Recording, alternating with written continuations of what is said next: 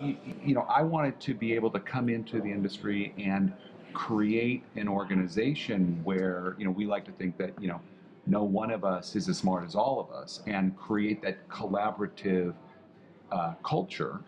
The first rule of our culture and our culture handbook, rule number one, it's in capital letters. It says no assholes. I mean, it's that simple.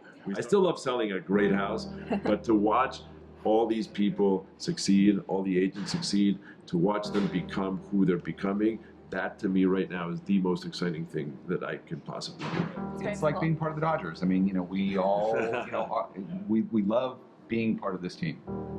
I'm Mauricio Umansky. This is my partner Billy Rose, and look out for our interview in LA Home Magazine. Don't miss it.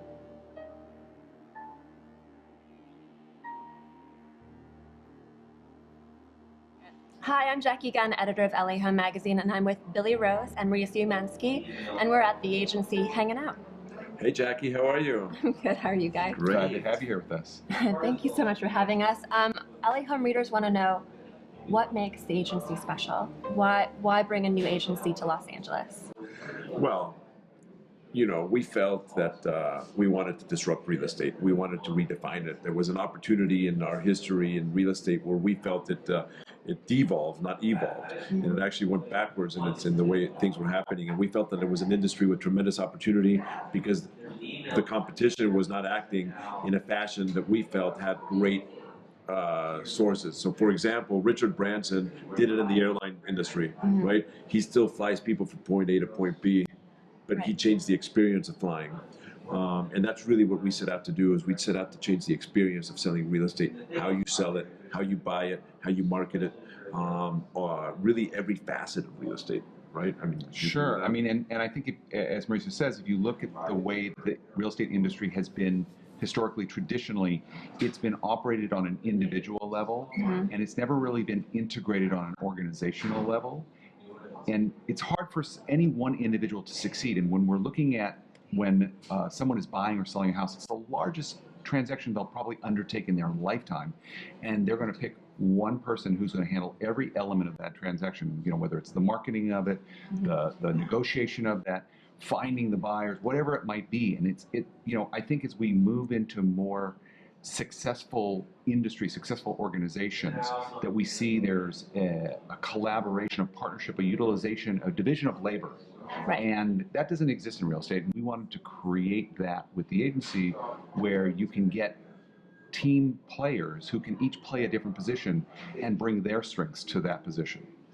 I know that you two got together to create the agency. Was it 2 years ago? How long ago was it? So it's 3 years ago. We got Well, actually, 4 years ago, we came together and started the planning process. And were you guys friends, or were you guys competitors, and then you came together? Or? Well, see, that's one of the interesting things that you just said, is that were we competitors? And I've always looked at other realtors as colleagues, not competitors. And that's one of the main things that I think is wrong with the real estate industry, is that real estate agents think of other agents as competitors, and that's just wrong to start with. We're colleagues. We need to work together. We need to do deals together. So we were colleagues. We were part of the same group. And really, Billy, I had this idea of doing this whole thing, and I thought Billy was kind of the yin and the yang of me, or the yang of me, and the complete opposite skill sets as to certain skill sets that were my best skill sets. And I went to Billy and I asked him if he'd be interested in exploring and opening up this company. And before I finished my sentence, he was like, "Yes, I love the idea." I said, "You complete me." So what do you find is the most effective way to communicate to your client base? Is it through Twitter, Instagram? When you're selling anything, you need to make sure people are aware of it. So you need to be everywhere all of the time. We believe in both a targeted approach and as well as a sort of more broad approach. And what we do in our process is try to understand who that consumer will be, who will be the buyer. Once we've identified who that buyer is, we will understand what is the best channel to reach them through. And then we would engage them or communicate with them in a way that will resonate with that type of buyers. Well, I know that you throw around the football during your meetings. I've heard about stories like that. And you're very active on Twitter. You're going to Laker games with everyone here, and I think it's wonderful what you guys are doing here. One thing I wanted to kind of get into is how you both got your start, because you're super successful, and everyone's looking to you as innovators. Well, the But reality is I got to a level that about 5 years ago where I became the number 7 agent in the country. And when I became the number 7 agent in the country, I kind of looked at myself and I said, "There's only 6 more spots to go," and I have certain things that are repeatable and teachable.